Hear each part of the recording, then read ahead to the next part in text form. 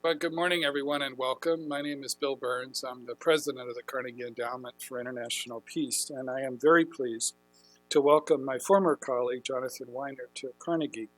Jonathan's formal title at the State Department was Special Envoy for Libya and Senior Advisor for MEK Resettlement, but he was known at Foggy Bottom and across government as the Fixer-in-Chief.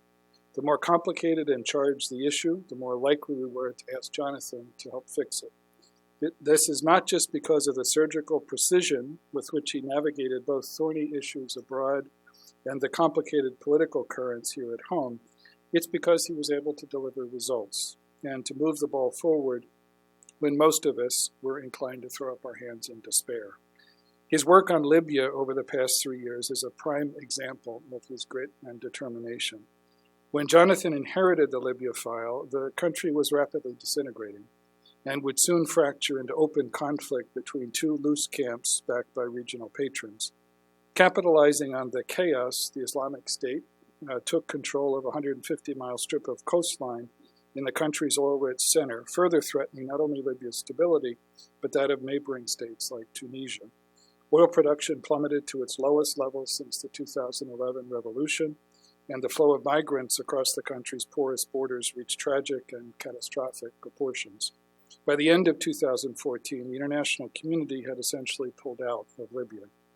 Faced with these extraordinary challenges, Jonathan worked with Libyan leaders to help form a unity government, build regional support for the new government, and enable a Libyan-led campaign against the Islamic State. His granular understanding of Libya's Byzantine political landscape and his tireless shuttle diplomacy throughout the region across the Mediterranean were critical.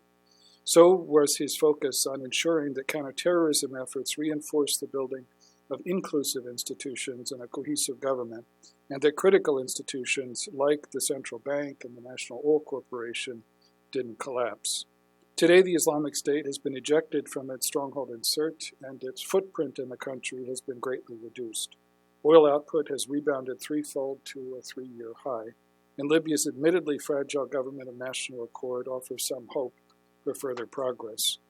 All of you know, as well as I do, that there remain massive obstacles in the path of that progress. Libya faces enormous governance hurdles, including the rebuilding of its security sector, civil society, and, in some areas, basic services. Its factional divides and the intervention of regional actors with their own interests and aspirations risk a return to open conflict. This is all a reminder of the importance of active and sustained diplomacy, the kind that Jonathan has exemplified over the past 3 years. So we're very fortunate that Jonathan has agreed to share with us his thoughts on the road traveled and the road ahead for the Libyan people and their partners. And all of us at Carnegie, and all of those who care about Libya and the region, are equally fortunate to count on Fred Wary's unique experience and expertise. Opinions are free in this town, but Fred has earned the right to his. His opinion is the product of many trips to Libya and many more conversations with key players across the political spectrum. I benefited from his insights when I was in government, and I know Jonathan has as well. So I'm very proud today to call Fred my colleague, and I look forward to today's timely and very important conversation. Thank you all very much for coming.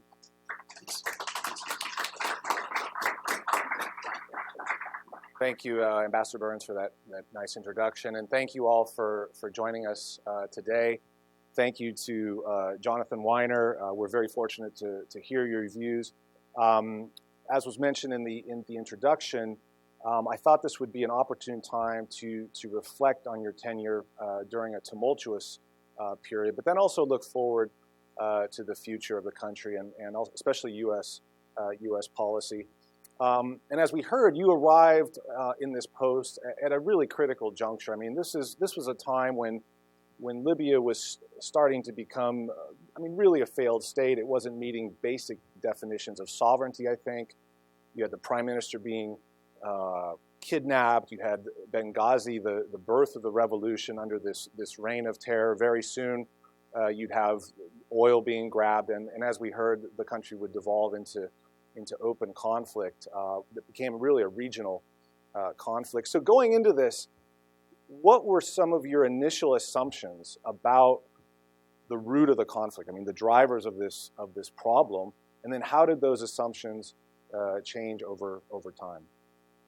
Well, at the very beginning, when I took on the work in late 2013, Ali Zaidan was still the head of the country. And what I observed was that the wheels, the gears weren't connecting to the wheel of government. So the wheel of government would continue and nothing could quite connect with it. Every country has got various types of absorptive capacity limits. And what I observed was that Libya seemed to have repellent capacity, which is its absorptive capacity was essentially nil. The government's leadership, the political impulse and the government were connected.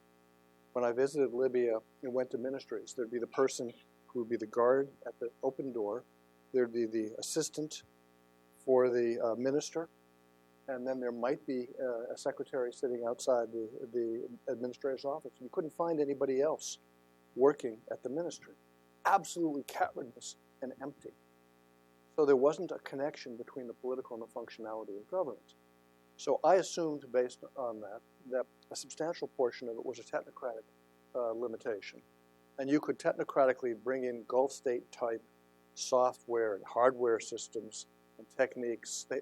I'd never met a Libyan with an email address that ended in LY. .coms, sure.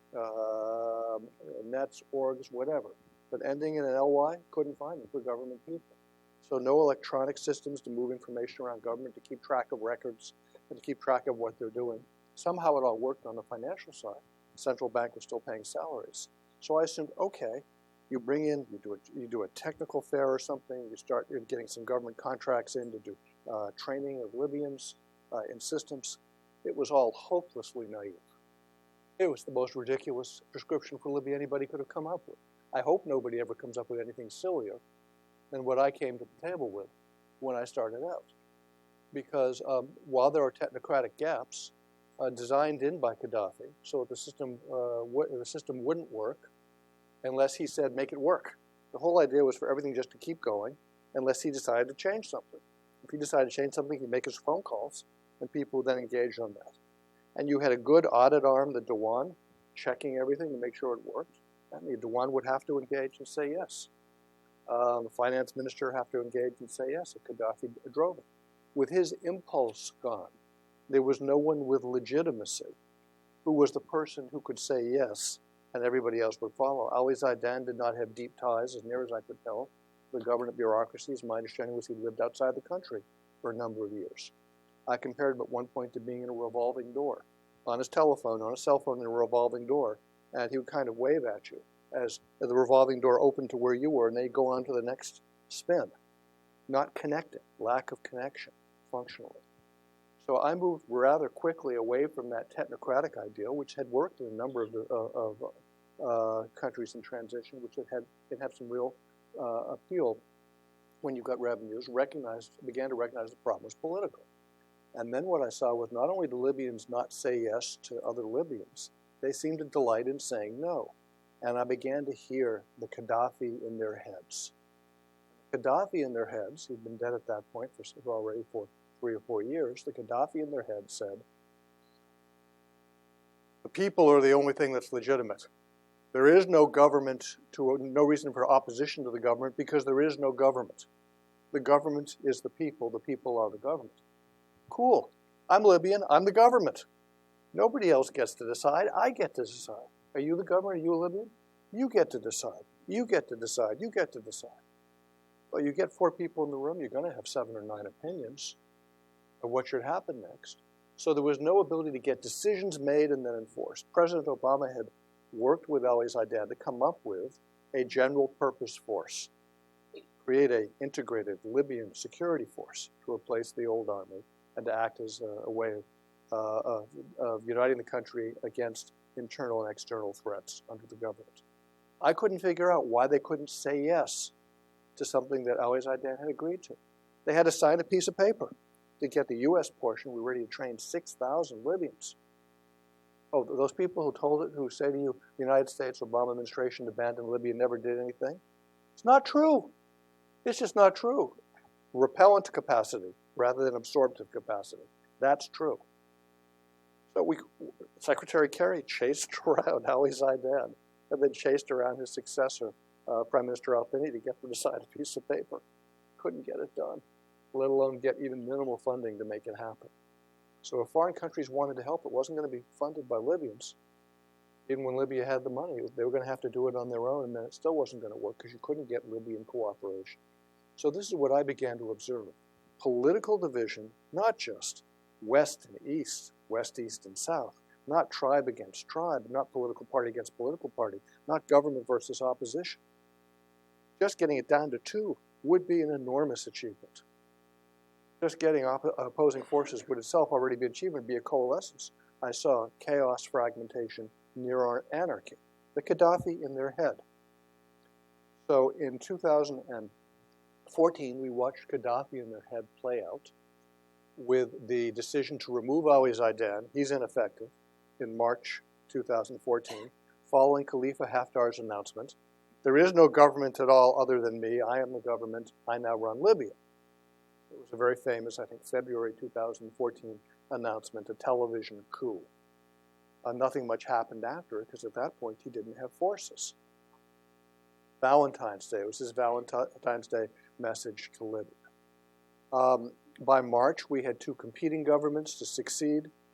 Ali Zaidan, I remember talking to a member of the General National Congress who was trying to impeach Zaidan right before it happened. He said, don't worry, we're going to get rid of him, we'll get somebody better.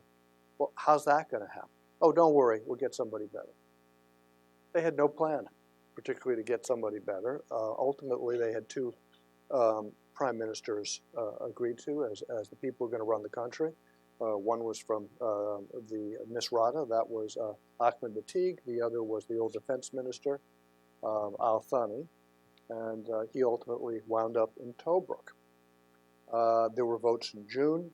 They voted for a new House of Representatives. Participation was, I think, 19%, something like that nationwide. Kareem, is that number about right? 19%. Libyans at this point did not have a lot of rosy expectations. So we wound up with two governments competing. Ahmed Batig then pulled down his prime ministership after a court ruling. The Supreme Court ruling said that Al-Thani was legitimate, and this was very heartening. It provided a real chance. It was the Supreme Court deciding who's running the country, and one of the two people accepting it. Now the problem was that Mr. Al-Thani, as prime minister, proved less effective than Ali Zaidan. Now, I have not described Ali Zaidan as being massively effective. He tried, but he was not massively effective. Al-Thani was less effective. He came to Washington and started talking about what a great place Libya was to invest. It was not a credible performance, unfortunately. People just looked at him in disbelief because his speech was so removed from the realities of Libya at that point. In later appearances with senior foreign leaders and ambassadors and envoys, he would go on and on blaming us for everything he couldn't do, just straight out attacks, which was even more dismay. Evasion of responsibility, unwillingness to say, it's my job, I'm going to get it done. Very frustrating. By the summer, we began to see the old government in Tripoli, the GNC, which disappeared as a result of the election, say, well, we don't really like the elections. Yes, they were carried out under an amendment to the Constitutional Declaration, but we don't really like them, so we're still the government. The House of Representatives was supposed to meet in Benghazi, which is at least sort of close to the center of the coast. Of course, the center of the center is Sirte on the coast. But they didn't meet in Benghazi. That by then was becoming contested territory due to General Haftar unilaterally on his own as a militia before he had any authority from the House of Representatives deciding to take the city. So we now have a classic warlord problem. Classic warlord problem. He then ultimately gets appointed by the House of Representatives guys and builds out the Libya National Army as his vehicle to bit by bit secure the country against the Islamists. Now, one of the wonderful things is the way Libyans label one another. I wouldn't label a Libyan. The label would be wrong. Any label I give anyone there is going to be inadequate. But you have the guys in the East call the guys in the West Islamists. It's rotten. They're all Islamists. They all need to be in prison, out of the country, or dead, the Islamists. The people in the West, who are the Islamists, are saying they're all Qaddafyites. They just want a new dictator. Both labels are mischaracterizations, but they're at least simplifying things into two. We may no longer have 10 or 8 or 12 or 15 or 18 things to worry about at the same time. At least it coalesced to two. So you had two governments, each of which said, we're in charge. I remember Mr. Kerry, Secretary of State, saying, so they get two governments now? Which of them can provide goods and services to the Libyan people?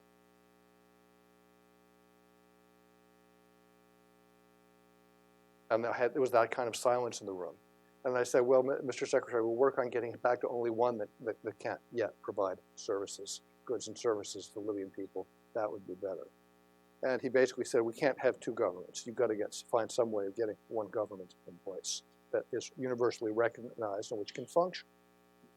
So the goal began as of summer of 2014. How do you get the Libyans back together again? 2014 saw a low conflict, low intensity civil war where they're competing. And that in turn caused me to say, okay, another technocratic solution. Let's consider freezing the assets again, trying to get technocrats in place because you've got competing governments that can't meet the needs of the people, and see if some kind of international trusteeship of the type that was done in Sierra Leone, Liberia, maybe Somalia, Ethiopia. It's been done four times, including Iraq. And there was some support for that internally within the foreign ministries, the White House, 10 Downing. The Elysee had no interest. We do that, we become responsible. We become responsible for the whole thing. Everything that goes wrong in Libya will be our fault. It's really not smart. I had to agree with the point of view. We would all have been blamed. Post-colonial, colonial behavior, inappropriate. Things weren't that bad. So let's avoid that. And we were pushed once again to a political solution. So we had to get the Libyans to find a pathway together towards one government. And that was the work of 2015, to get one government in place. And there were a series of things that were done, political dialogue, meetings of political parties, meetings regionally, and we followed 3 precepts. And these 3 precepts came from Johnny Carson, former Assistant Secretary of State for African Affairs in Somalia. And I keep blazing them on my brain because they were so important. First, you've got to have one negotiating process. You can't have an American process and a Chinese process and a Russian process and an EU process and an Egyptian process and an Algerian process. It's got to be one. So we relied on the UN to be the core process to get discussions going. Fundamental principle. Second principle, have the countries who are patrons of clients tell their clients they have to deal. We were seeing certain countries supporting the Islamists and other countries supporting the Qaddafyites, right? I'm using those labels. They're not the right labels, but we'll use those labels for a moment. As long as you've got different people supporting different factions with guns, you're not going to have peace. I wound up going to Sudan and talking to the Sudanese government saying, you know, we've heard reports you've provided weapons to both sides. And before I even said that, I said, you know, there are these press reports. My counterpart in Sudan said, you're saying that we've sold weapons to both sides. You don't have to beat around the bush. We stopped. We've stopped. I was delighted. My mission was already accomplished while I was still pussyfooting around, tiptoeing into the territory, and they stopped. So the second goal was get the patrons to tell the clients they've got a deal in a single negotiating process. And the third element, get benefits to people throughout the country. It can't favor the East or the West or the South only. It's got to have benefits to all the different cities. So there has to be some distributed benefits. And that became very fundamental to discussions as well. With those 3 principles, bit by bit by bit, we were able to work through a series of activities with the countries who are most concerned, Libya's neighbors, both in North Africa, the Middle East, and beyond, and with people representing a pretty wide range of Libyan factions. Through an instrument called the political dialogue, which included meetings in Algeria and Geneva and Cairo, as well as meetings in Morocco, in Skhirat, Morocco, where the core discussions took place. Bit by bit, the UN was able to cobble a government together. And I was asked throughout the process, well, what do you think about this guy for prime minister? That person for deputy prime minister? Response, the United States should have nothing to do, period, with the selection process. We don't want a government that's been handpicked in any shape or form by the United States. So we declined that, and when the names were announced as Libyan choices, we had no way of knowing to what extent that had been influenced by other countries, which Libyans or what, because we stayed focused entirely on the general principles. Come together, integrate, benefit everybody, don't fight one another. And that created the Skhirat Agreement. That was our role, and it was very important. Now, what we needed to do next at that point was to help them get functional, get into Tripoli and get functional. And the same reasons we tried to get a general purpose force, it became evident that we once again needed to get Libyan forces built at a national level that incorporated everybody. And those became important principles in 2016. I'm going to say a word on counterterrorism, Fred, then I'm going to give it to this long statement. Yeah, you've answered all my questions. So that we can get to your next question. There's no more. And that would be, what about terrorism?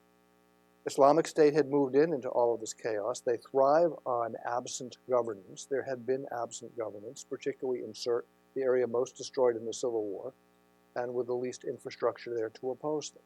So we had a strong interest in countering terrorism. And to respond to that strong interest, we wanted to engage and deny them territory that they could occupy. So one of the first things I did in 2016 was I met with each member of the Presidency Council. There are 9 of them at that point. Said individually, not together, so they didn't have to look over their shoulder what someone else might say. If we wanted to go in and bomb Islamic State targets, we knew they were Islamic State targets, and we weren't going to be killing non-combatants. We exercised great care. Is this something you want us to do? Yes, yes, yes, yes, yes, yes, yes, yes, yes. I got all 9 of them, individually, each of them, to say yes, feel strongly about it, yes. And that in turn gave President Obama the tool he needed to consider whether to do this and get it designed properly so that we ultimately were able to do it. And the Islamic State does not hold territory in Libya today. A very important security goal for our country, for the region, and of course for Libya. Long answer to your question, but what I did was I talked about how premises changed and how solutions changed. That was great. Let's pick up on the government in Tripoli, the government of national accord. I mean, this objective that you worked so hard to accomplish. My last trip to Tripoli, people were seething at it. I mean, services, basic services. Yeah. What can the United States do? What should it do moving forward to help this government? And then really the basic question is, what are its prospects? And is it negotiable? It's as we heard, it's a foundation, but what's its future moving forward? Libyans need to agree on a government that they're ready to live with. Legitimacy is profound. Gaddafi was the only legitimacy at a national level for years, and Gaddafi's legitimacy ultimately crumbled. And the question of who's legitimate and what's legitimate post-Gaddafi goes back to who's the government? I'm the government. I'm the government. So the question is, how do they get legitimacy by working together? How do you do that? This fall, I heard General Haftar told me, in essence, I'm the only one who can unify the country. I am the only one who can unify the country. I'm going to take over the country. His representatives told me that, and he more or less said that to me. His representative said it to me very explicitly. Aguila says, I run the country. The Speaker of the House of Representatives Aguila says, I run the country. It's my country. I'm the only elected person in charge of the only elected body. We're the only ones with legitimacy. I decide. Al-Sarraj says, I'm the Prime Minister of the country. I've been recognized by countries throughout the world. I emerged from a political process involving a wide range of stakeholders. I'm responsible for running the country. I said to them, don't you think the 3 of you should get together and work it out for the good of Libya on a transitional basis until you can get a permanent constitution in place? either vote for the old constitution and bring back the king, create a new constitution through a constitutional referendum. There's been a constitutional drafting assembly. Or do it on the basis of amending the constitutional declaration one more time, have elections in another year. Skirata is supposed to last 2 years. So if you assume that the House of Representatives vote on January 25th, 2016, begins the date of the 2 years of the Government of National Accord, that's to January 2018. It's 1 year from now, not even. They should be preparing for elections for a new government now in a united way and help the current government function. Why is the current government not functioning? Well, before it came into existence, the previous government was having a hard time getting much done. But I sometimes describe it as, imagine a restaurant where you've got a chef who's brought in, who's never cooked before. He's got a recipe book. Inside the recipe book has got a lot of stained pages. Other pages have been torn out. Different portions of the recipe book are in different parts of the room. You're trying to put it together. You're looking at what the ingredients are in the refrigerator. There's some stuff, other stuff is missing. Meanwhile, somebody is throwing from the outside is throwing raw eggs at you from outside and throwing old grease onto the floor. And the people in the restaurant are saying, we want to be fed right now. We want good meals right now. Where's my tuna fish sandwich? Where's my steak? Where's my fish? I want it right now. And meanwhile, more stuff's being thrown at you. People are quitting because they're not being paid. People are quitting because they don't think you're qualified to be the head chef. And you've got a bunch of people you want to hire to bring into the restaurant. You know who they are. Nobody will act to reach agreement with you. Of course the government isn't working. The House of Representatives leadership has done everything it possibly could to prevent it from working. Of course. So the solution would be for Libyans to work with one another to try and make things work on an interim basis in order to be able to then have elections so Libyans can select the Libyans directly by a vote, by a ballot, and the new government can try again where the previous governments have failed. Now instead, what we're faced with potentially is a military government. I have concerns about General Haftar moving west and undertaking an effort to impose a military government. I've told him and his representatives we think that's bad for Libya, that there's another pathway. He's the most popular person in the country, and some people think he is. Have elections and run for office. It's been done elsewhere. And if he wins those elections, so be it.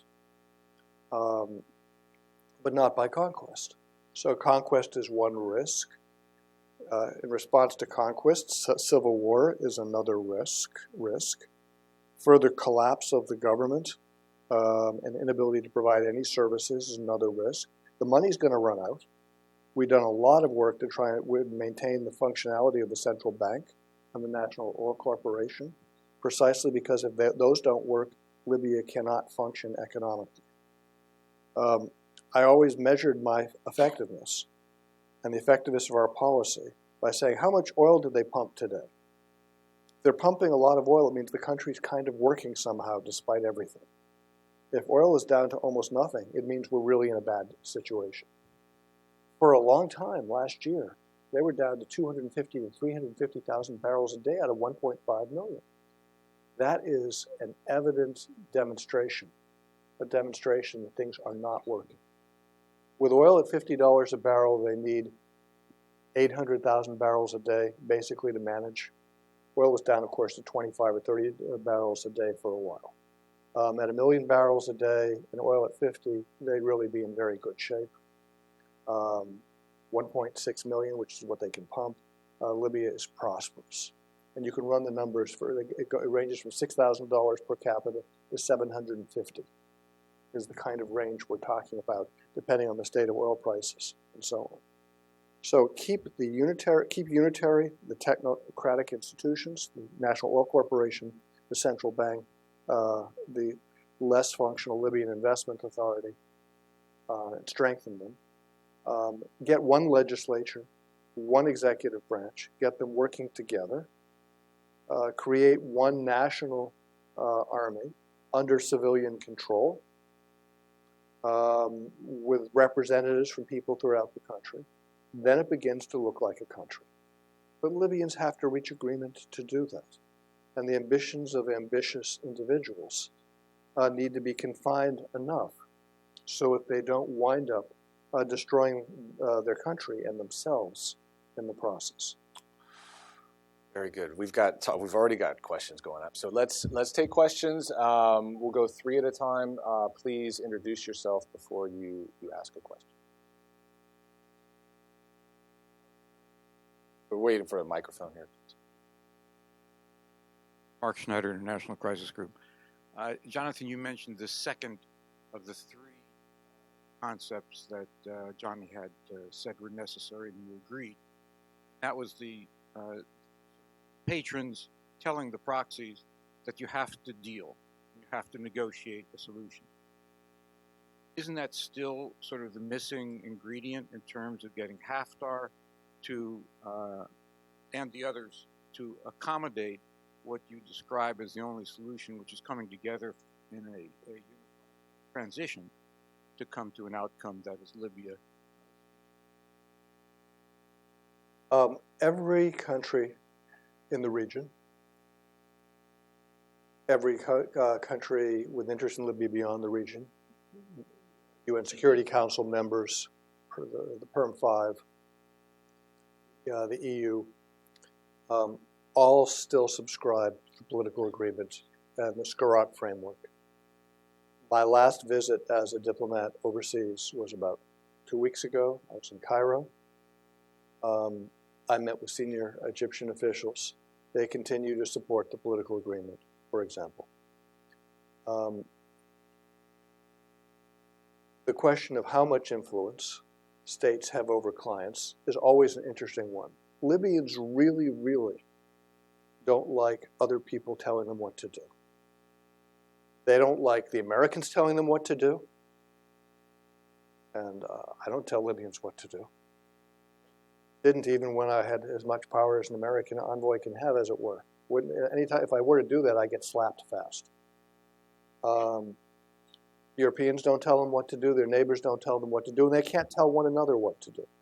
So when you talk to countries that have been patrons, what they will say is, well, yes, we have influence, but we don't control them. And it's true. They don't absolutely control them. Every country needs to recognize, I think, that a military takeover of Libya is not feasible and won't work. I know one country that has been a patron of some of the military actors that said to me, if any actor does that, it would be suicidal if any actor tries to do that.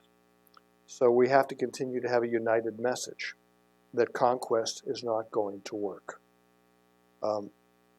My concern about military contrast, imperial overstretch, even within Libya, is, among other things, it becomes polarizing. You'll have opponents, and in the course of that polarization, you'll have extreme people line up with extremists. So if, for example, General Haftar were to decide to move west with his army and engage in military conflict with Misrata or in Tripoli, you run a grave risk that groups that are not aligned militarily with Ansar al-Sharia, with al-Qaeda in the Maghreb, with Islamic State, will say, yeah, we still don't really like where they want to take things, but we'll take them on as partners to fight off the hated Haftar. And you can see this kind of dynamic in the despicable rhetoric of Sadiq Ghoriani, the so-called Mufti, urging people to fight, fight, fight. And we saw some of this in Benghazi, where you had anti-Haftar people fighting who were not Islamic State, AQIM or Ansar al-Sharia, but were on the Islamist side, fighting in turn with those groups. And that's dangerous.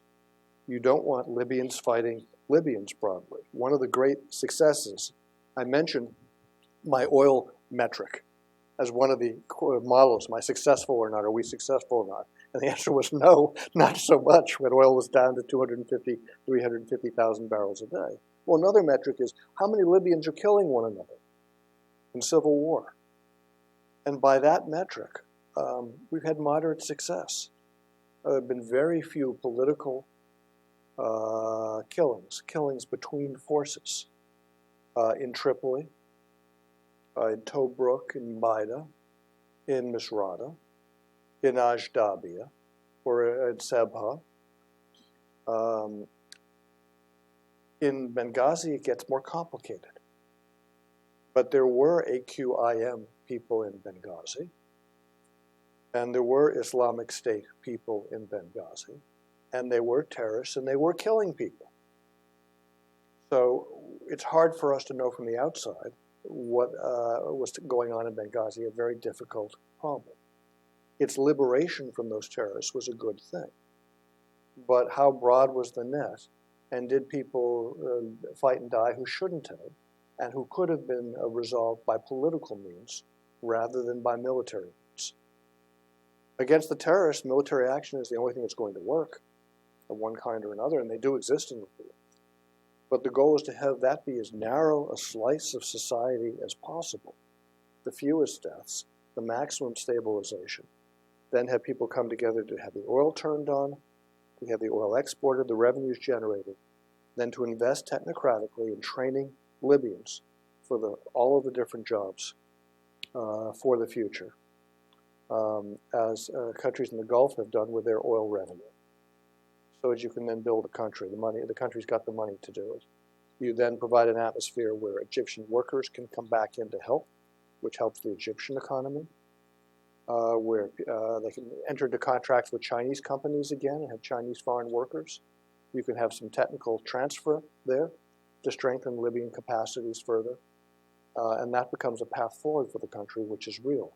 But they have to find a way of working these things through politically first. Political, security, economic will follow.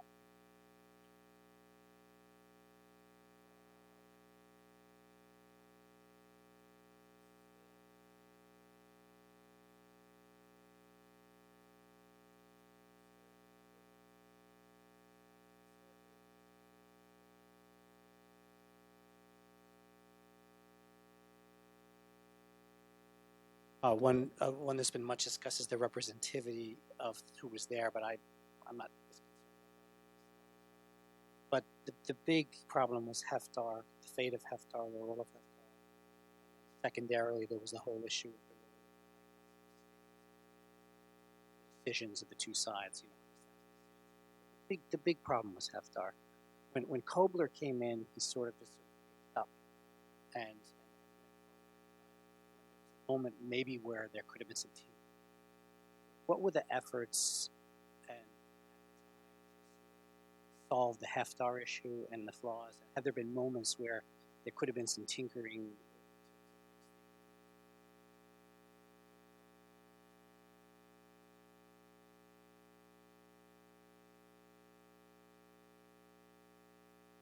Thank you. John Anderson, independent analyst, former Foreign Service. With regard to forces at play in Libya at one historic moment, and I'm talking about the election of the GNC, among Islamist forces represented there, the Muslim Brotherhood was rather well represented, as I understand it. Now we could discuss what the current complexion is. That would be important. I want to ask a question about current efforts to recognize and designate the Muslim Brotherhood as an international terrorist organization, that is, by the U.S. How would that affect and complicate potentially our involvement with Libya and the diverse forces at play in Libya? One could talk about other countries, of course, but looking at Libya particularly. Thank you.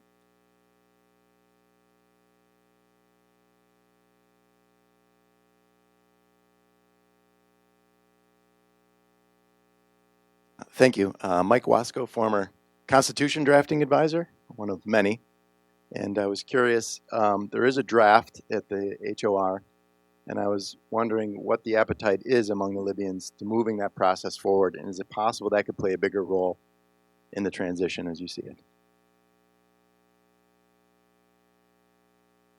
On General Haftar, the reason why Article 8, the provision of the Skhirat Agreement, which was not ultimately voted favorably on by the House of Representatives on January 25th, 2016, was opposed by them, as it was seen as Haftar repellent. It was seen as a way of preventing Haftar from becoming a general. Now, people have been concerned about coup risk. General Haftar engaging in a coup.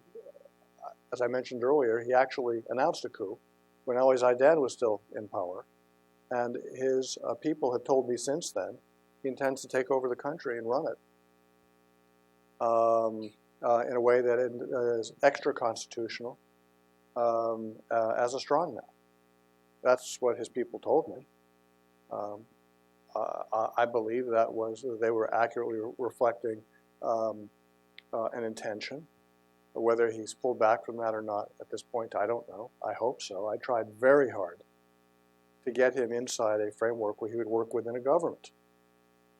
It struck me that you've got to be realistic and have everybody in who has authority, power, and legitimacy as a result of authority or power. Libyans would have to decide to do that. He'd have to decide to do that. He's rejected that. Would he have rejected it in January 2016? I don't know. My guess, based on my experience with Libyans, is that when you enter into a negotiation with Libyans, we'll talk about that next week. We can't meet next week. We can meet next month. We're not sure we should meet next month in the city you selected. We need to select a different city. I'm not going to go. I'll send my representatives. They won't be empowered to deal. They'll go back to me. Oh, it's 5 months have passed. It's a shame that that government hasn't been able to do anything for 5 months. It's not a legitimate government, or it would have been acting. So I personally believe that if I wasn't happy that they took 4 months to get to Tripoli. I believe any further delays were against Libya's interests once the political agreement had been reached. And I believe that the stalling by the House of Representatives was a tactic used to weaken the government of national accord and the Presidency Council so that it wouldn't function. It wouldn't matter what cabinet it came up with. There were many efforts to try and make it work. I believe that the goal is always to strangle the baby in its cradle by people from the East who don't want the West to have any power. That's what I think was going on with a number of them. It's not, wouldn't impute that to everybody. That's not right. But there's a hardcore rejectionist that that's what was going on. And in response, the message to them needed to be, for you to get the resources you want, for you to get the power you want, you're going to have to share. You're going to have to work with others, and you're going to have to compromise. Because this is a country, and no faction can be just taking it over. So no, I don't think it would have made a difference. It would have hurt the process further. On the issue of the Constitution, it's up to Libyans to decide whether it's the old Constitution, the new Constitution, some other Constitution, or an amended constitutional declaration. But whatever legitimacy the government of national accord and Presidency Council has, by its own terms, it lasts for 2 years. Now, one could come up with an argument that the 2 years only begins when they've got a government, that is a cabinet voted by the House of Representatives.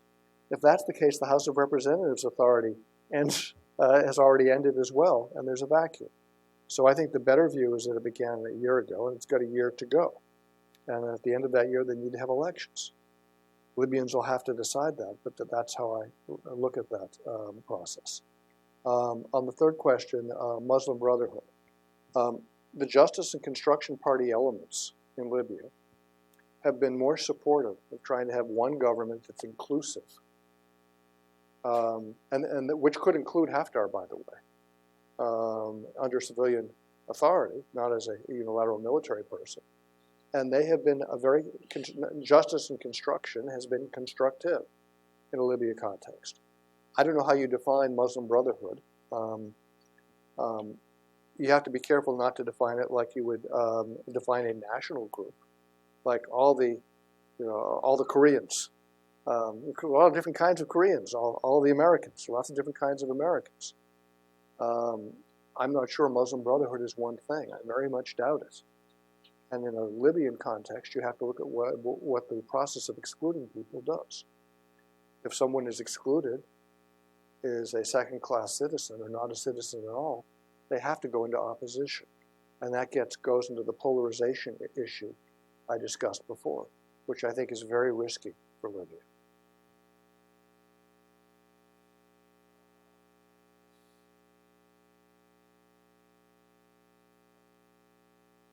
Hi, I'm Hannah Werman from the Center for Strategic International Studies. I wanted to hear your views on the extremist groups who are still operating in Libya. We cleared the Islamic State out of Sirte a few months ago, but there still are Islamic State members in the country, as well as other groups who are in Benghazi. So I wanted to see what your opinion is as to the role that those groups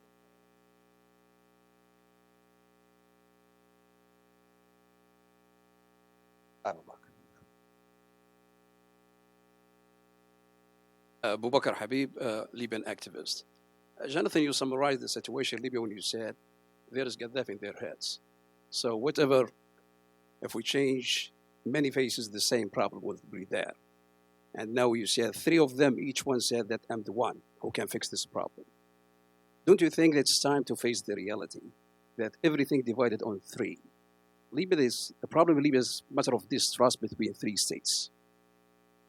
So don't you think it's time to sit on the table? This is the negotiation between three states. Are you going to be together as a federal state, or the risk of division because each one has his own interest to control the country? Yeah, and you, sir, in the back.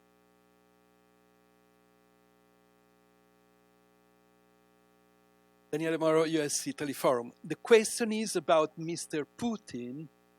Do you believe that Mr. Putin is going to do in Libya what he did in Syria? Sure. First question is about terrorists in Libya. When I last looked at Benghazi, there were remnants of ISIL and remnants of AQIM still in Benghazi. It was in the process of being removed by General Haftar and his forces. I can't tell you whether there are any left there or not. I don't know. But certainly there are cells of AQIM, cells of El Marabatoon, cells of Islamic State, and cells of Ansar al-Sharia left in Libya. And the labels change. Sometimes I'm a Boston Red Sox fan, sometimes a New York Yankee fan. It depends on the hat, right? You can put on different emblems. And membership in these organizations, to some extent, it does shift in terms of who you wish to identify yourself with. In the last days of the Obama administration carried out military attacks against terrorist training bases, as has been publicly reported. We did that. It was important that we did that. We did it with the consent of the Libyan government. People ask me sometimes, well, why did you support this government? This UN-picked government. Sometimes people say you picked it, but it's not true. I didn't. Well, they have been extremely good partners with us in countering terrorism. I went to each of the 9, as I mentioned, and asked them individually as well as together, will they support us on this? And they have. They've been excellent partners. We want to help build Libyan institutions that can be even better partners, because terrorists are not going to do any good for Libya. They threaten Europe. They threaten their neighbors, Algeria, Tunisia. Tunisia suffered a lot from terrorism already out of Libya in specific incidents. Algeria has risk, and so do its southern neighbors. So it's very important to the country that work continues in collusion and with the consent of the Libyan government. Now, on the issue of Mr. Putin, I have no special insights into what Russia intends to do anywhere, in Libya or anywhere else. It'd be better asked of a Russian official what Russia's intentions in Libya are. Russia, like China, France, and the UK, has supported the political agreement in Skhirat. And we had excellent working relationships with Russia's ambassador to Libya and with Russian counterparts through most of 2016. The visible activity between Russia and General Haftar raises some questions as to intentions. General Haftar does not accept the political agreement of Skhirat or the Government of National Accord. Therefore, we, during my tenure, did not provide military support to him because that would have been working with a parallel government, since he is a parallel institution, since he did not accept the Government of National Accord. Part of my job was to urge him to accept that Government of National Accord and to find an appropriate role within it. I would still like to see that. I think that's the right solution. Yes. Yeah, right in the front.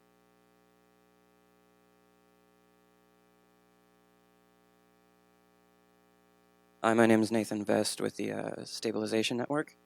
So, as you mentioned, the GNA has proven a very capable and willing actor in the battle against Daesh, and the BAM coalition carried a very successful campaign against them.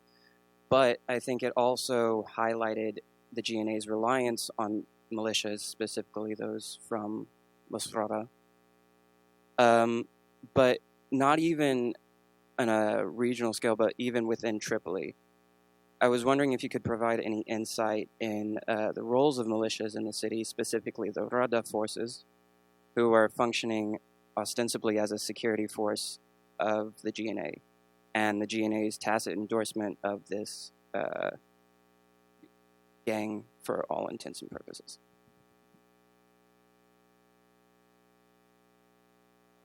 Back there? Yep.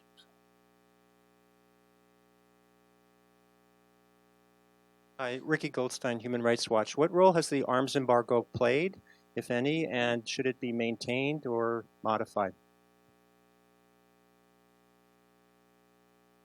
Very back there, sir, waving your, yep, right there.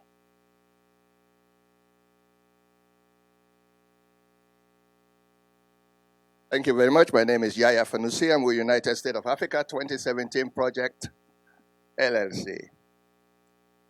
This is what you all have to understand.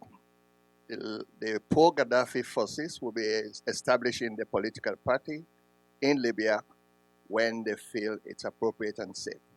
2, we are going to institute in Libya what we call United States of Africa 2017 Project, 2017 town halls. And those town halls will be organized by the African Libyans.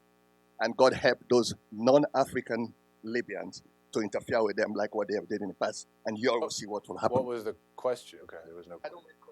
That was it. Right there, yes.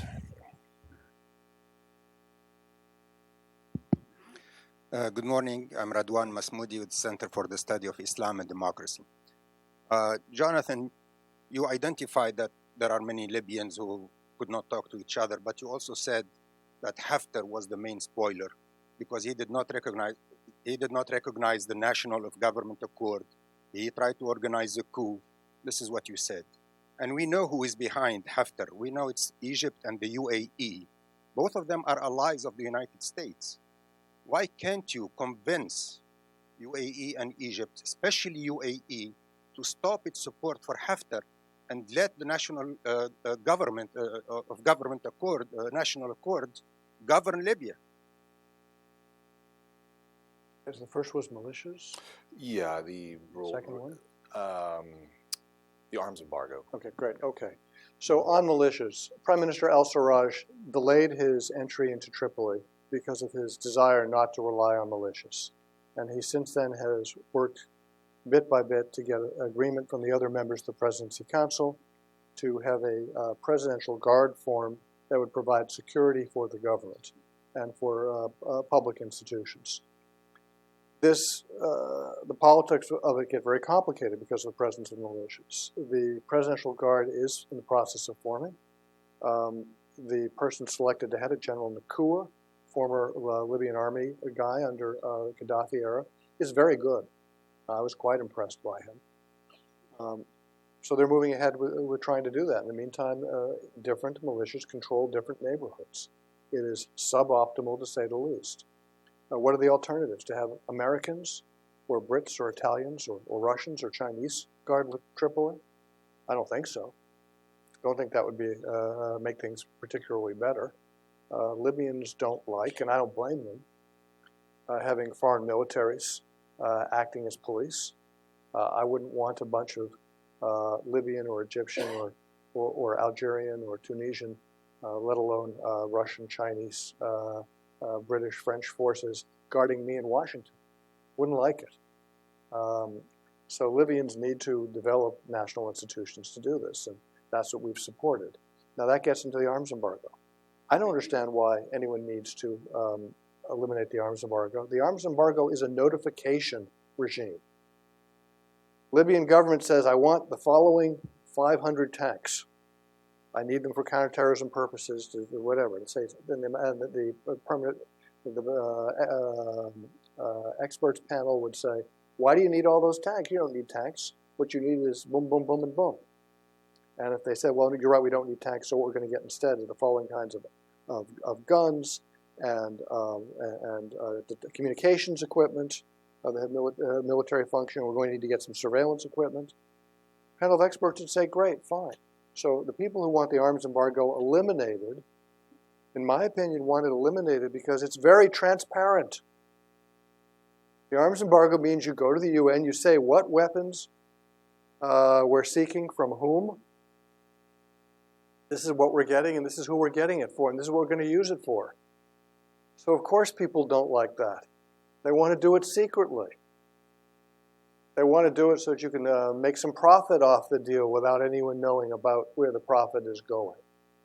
You want to do it so you can gain power over your enemies or people you don't trust. So eliminating the arms embargo or modifying it runs the grave risk of creating an arms race in Libya of new weapons, lots of money to be made, that's good. Lots of money to be stolen, that's not so good. Lots of weapons coming into the country in an uncontrolled fashion, that's not so good either. So I haven't heard any convincing argument of any kind as to why the arms embargo needs to be modified. Now I know that there are some people who don't recognize the government who want to be able to buy arms on their own despite the fact that they're not part of the government. This is not something Libya needs. Keep the pressure on to get them to work together to form a unitary government. It's a much better solution. Third question was? The UAE and Egypt. UAE and Egypt. I'm not going to talk about U.S. discussions with individual countries on particular issues. I'm not going to do that. What I can say is that we told everybody that we needed their collective support for Skhirat agreement. We have opposed any arms violations of the arms embargo by anyone. Anyone who has any such information of violations of the arms embargo should be providing it to the panel of experts for them further to evaluate and come to conclusions. That's the right mechanism for doing it. I think it is an exaggeration to believe that any one state is the reason why General Haftar has been doing what he's doing, or that any two states. There are visible emanations, visible things that people can see about what's going on. And beyond that, it's very hard to say what's going on. For example, Russia has said that it's not violating the arms embargo. Russia visibly invited General Haftar to an aircraft carrier recently. They all looked resplendent in their military dress. I never dress up that well. And they signed stuff together. I assume it was a defense cooperation agreement for training, for example. Well, training isn't the provision of arms. The Russian government says it's not providing arms, and it's abiding by the UN Security Council resolutions. If anyone has any contrary evidence, they should present it. Same with Egypt, same with the Emirates, same with Turkey, same with Qatar, certainly the same with Sudan. Unfortunately, we've gone over our time. I think that's a testament to the interest. I'll give the last word to you in 30 seconds, your advice to the current administration. It's so tempting when you're in a new administration to say the guys before us didn't know what they were doing.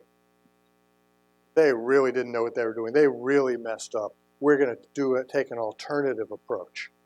You can't blame any human beings who've just changed political parties and in a sense beaten the successor government from wanting to change course. My concern about changes of course from the approach we've taken, which is quite unsatisfactory, is increasing the risk of civil war, increasing the risk of creating a safe haven for terrorism, increasing the risk of accelerating migrant flows to Europe, increasing the risk of humanitarian disaster, increasing risk of corrupt capture of resources, causing further damage to the Libyan people. I hope none of that happens. Libyans are fun people to be with. They're interesting people. They're strong-willed people. They deserve to have a good collective life. They deserve better than what they've gotten. And we should all continue to work together to promote the good and to discourage the bad. Thank you all for coming. Please join me in thanking Jonathan Weiner. Thank you.